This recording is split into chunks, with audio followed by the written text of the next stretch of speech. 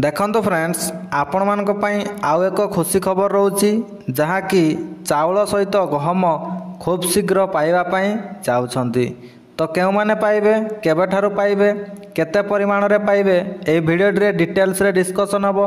किंतु ता पूर्वरु आपण मानक पई छोटिया अनुरोध जदि चैनल को प्रथम थर पई विजिट करथिबे तबे निहाती भाव रे चैनल को सब्सक्राइब करके ऑल नोटिफिकेशन ऊपर क्लिक करंतु। तो प्रथम कथा होची केउ माने पाइबे। तो देखंतु समस्त रेशन कार्ड धारी माने पाई पारिबे। एबे आपणक मनरे आउ गोटे प्रश्न आसुबो जे केते परिमाण रे पाइबे एवं केबे ठारू पाइबे। तो देखंतु मुंड पिछा मासकु 4 केजी चाउल एवं 1 केजी गहम पाई पारिबे। बीजेपी सरकार को बड़ निष्पत्ति। व्यतीत जो मैंने नुआ रेशन कार्ड आवेदन करने चाहूबे से खुशी खबर रोची जहाँकि वर्तमान खूब शीघ्र रेशन कार्ड एप्रूव होगापाई जाऊँगी। आपण मानक आउ दीर्घ समय धरिकी वेट करने पड़ो ना।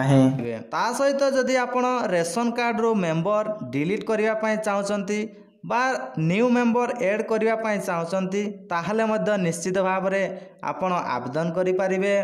ता सहित जो माने पूर्वर न्यू रेशन कार्ड आवेदन करथिले तांको पई मध्य खुशी खबर रहउची सेमाने मध्य खूब शीघ्र तांकर न्यू रेशन कार्ड पाई पारिबे एवं निजे मध्य आपण चाहिले ऑफिशियल वेबसाइट को विजिट करके डाउनलोड मध्य करी पारिबे।